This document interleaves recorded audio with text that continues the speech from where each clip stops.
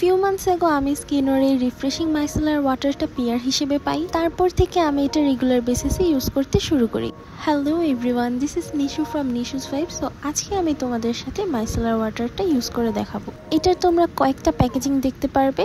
So for better experience তারা এটার প্যাকেজিংকে আরও উন্নত করার চেষ্টা করছে। সবার ফার্স্টে স্প্রে সিস্টেম ছিল, তারপর আমি যেটা পেয়েছি, আর এখন হয়তো বা ব্লু কালারের বটলে আসে। তো তোমরা দেখতেই পারছো আমি এখন একটা হেভি বেসের মেকআপ লুক করেছি, যেটা এখন আমি তোমাদের সামনে তুলে দেখাবো। তার জন্য আমাদের দরকার এরকম একটি কটন প্যাড, যেটার সাহায্যে তোমরা খুব ইজিলি মেকআপ রিমুভ করতে পারবে।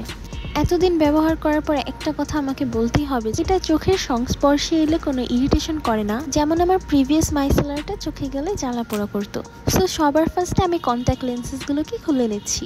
অল টাইপ স্কিনের জন্য স্কিনের এই মাইসেলার ওয়াটারটা অ্যাফোর্ডেবল প্রাইসের মধ্যে আমার কাছে খুব ভালোই লেগেছে। তো চলো এবার আসি মোমেন্ট অফ ট্রুথের পালায়।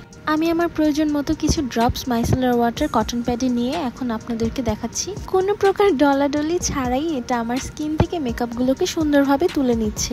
শুধুমাত্র মেকআপ রিমুভের জন্যই না, আমরা যারা রেগুলার বেসিসে স্কিন কেয়ার করি তাদের জন্য স্কিনকে ডাবল ক্লিনজিং করা খুবই জরুরি। সাধারণ থেকে সেন্সিটিভ স্কিনের জন্য এটা বেশি সুইটেবল। সানস্ক্রিন হোক বা ওয়াটারপ্রুফ মেকআপ বেস, এটা কিন্তু সব ধরনের প্রোডাক্ট ফেস থেকে ভালোভাবে তুলতে সাহায্য করে এবং ফেসকে ডিপ ক্লিন করে। সো আজকের ভিডিও এখানেই শেষ করছি। সবাই ভালো থাকবেন, সুস্থ থাকবেন, এন্ড আমার ভিডিওগুলো আপনাদের কাছে কেমন লাগে অবশ্যই লাইক, কমেন্ট, শেয়ার করে জানাতে ভুলবেন না। আল্লাহ হাফেজ।